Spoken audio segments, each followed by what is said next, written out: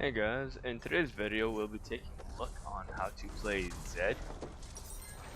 He is a very strong mid laner right now with the new items introduced into the game.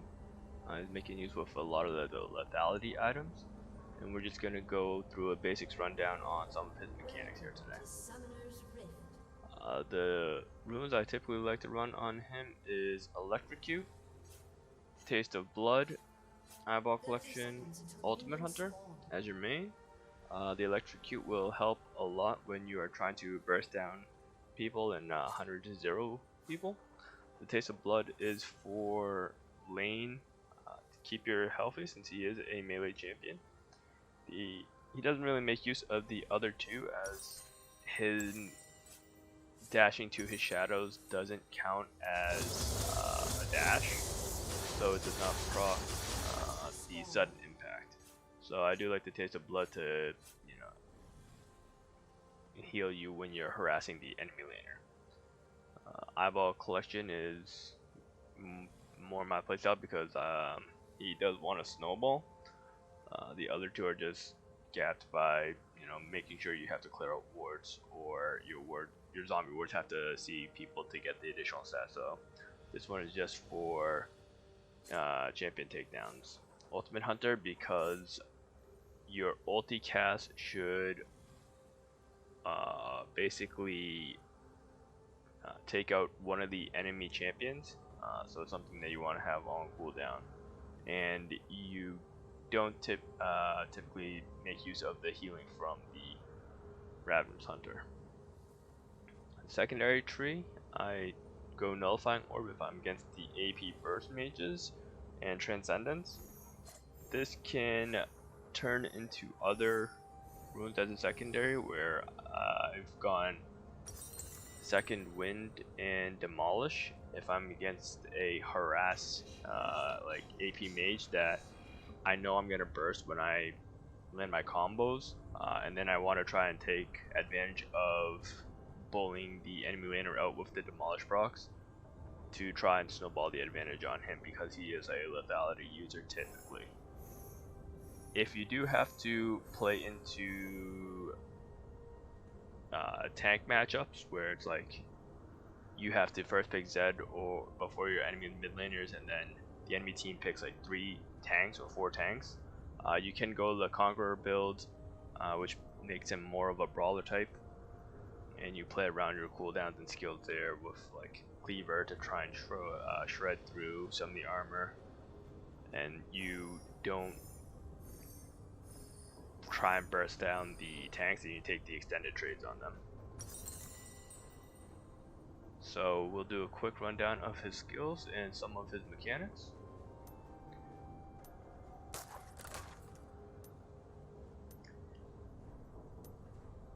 So his passive is when he auto attacks somebody, and it has to be your auto attack.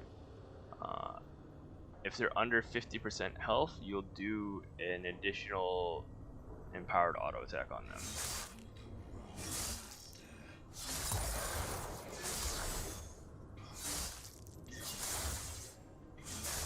And then you can hear there's a audio cue, and there's also this mark under them that shows that they've been hit by the additional damage.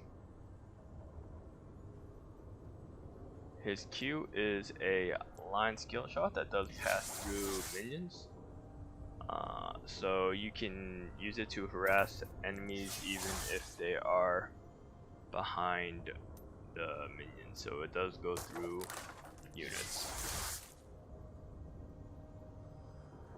His W is a shadow. He can toss it out, and then if you recast the W, so if you press it again, you switch positions with your shadow.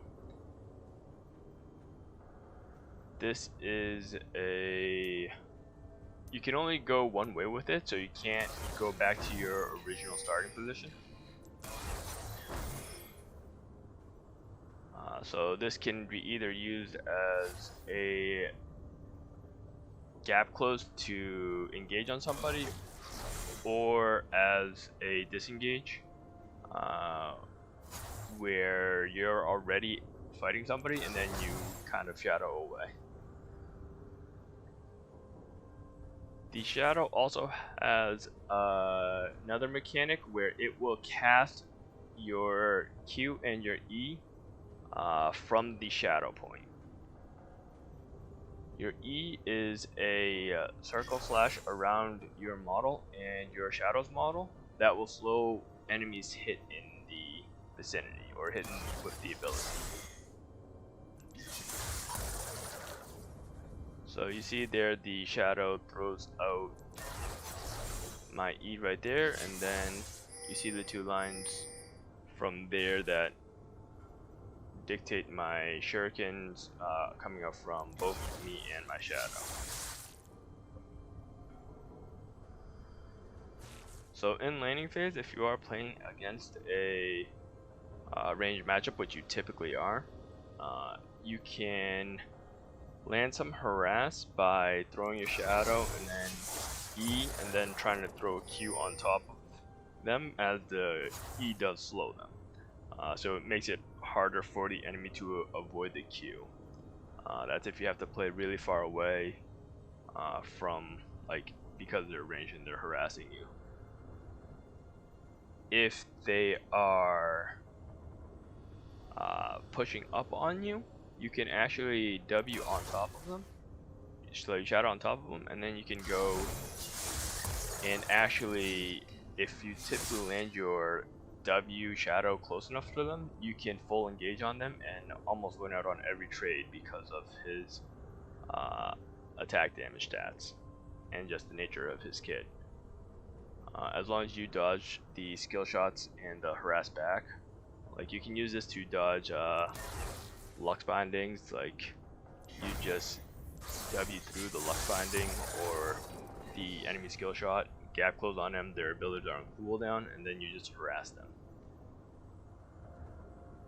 The ulti is a point and click ulti. What happens, and I'll break it down before I actually demonstrate it, is Zed will leave a shadow at his cast position, and then he will appear behind the target unit.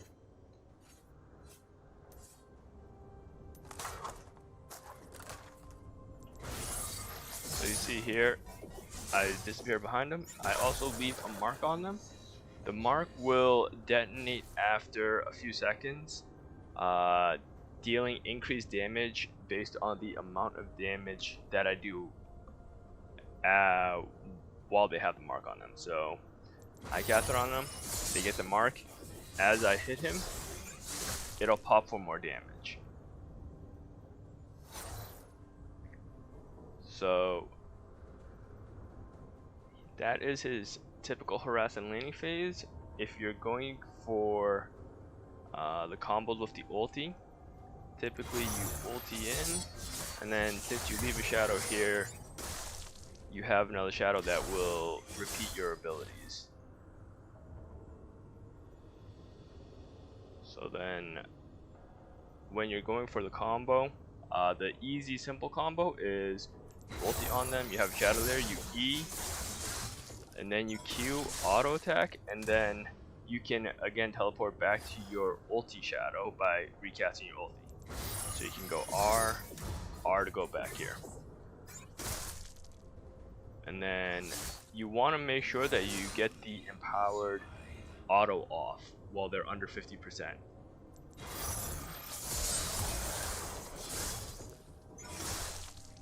The reason you want that is because, again, that empowered auto will then transfer to the damage that they get from the pop at the end. Because of him being able to use his shadows, he can tower dive pretty efficiently, which is why he becomes a bully if he's ahead against most mages. Some ways you can play with your abilities and mechanics is you can kind of shadow in with your W to gap close and then R, and then you can full combo there. I don't have items, but your typical full combo will be about 70%. So you want to land some harass before you do the full combo, unless you are really far ahead. there are ways to 100%, but it involves a lot more mechanical skills where you can do like triple shurikens, which I'll demonstrate right now.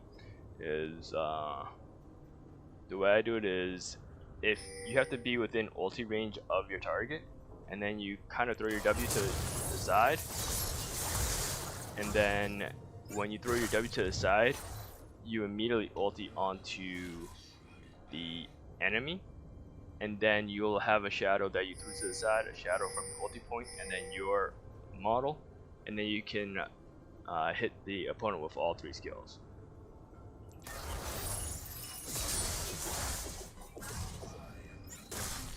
So that would be the combo there.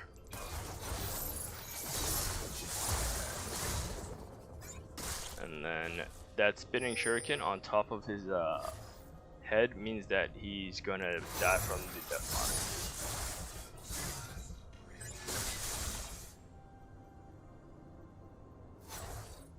So that is how you can do the triple shuriken combo if the person is close. If the person is running away from you, you can actually also do it by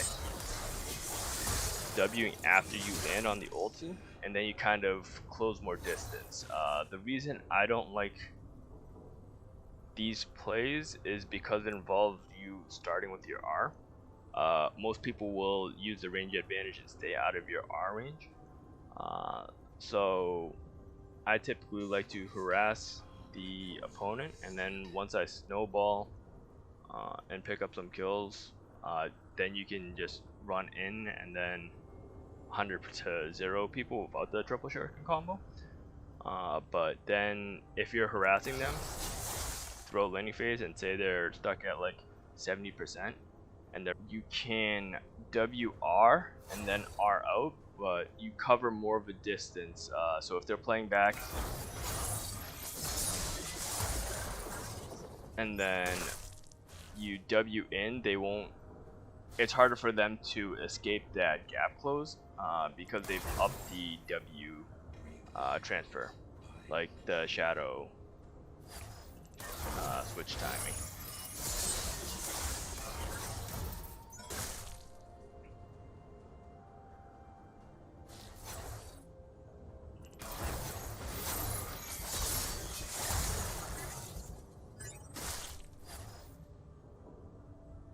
So that's just basically his mechanics. Again, you typically don't need the triple shuriken combo unless you're going for the 100% and you're not ahead. Because of the lethality, if you're ahead and you get on a squishy, you typically don't need to do the triple shuriken combo. It is better in team fights because you then have a lot more AoE with 3 shurikens and 3 E's around all the shadows. But if you're trying to assassinate one squishy, typically ulting on top of them, and then if you have the ignite on top, also will typically seal the deal, and then you can use your W2 gap close to get that execute off, and then R back to your ulti shadow.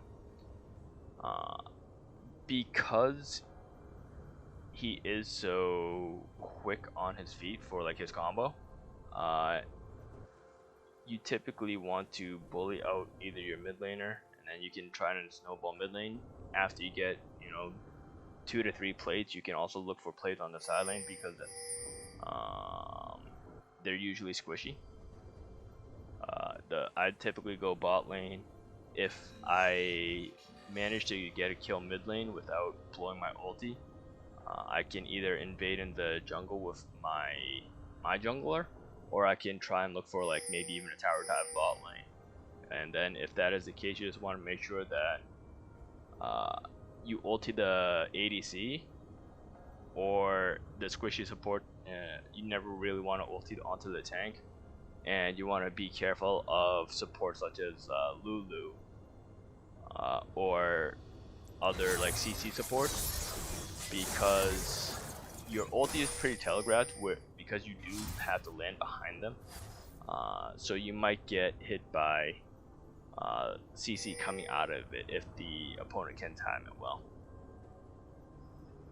Okay, and that's it for the Z mechanics video.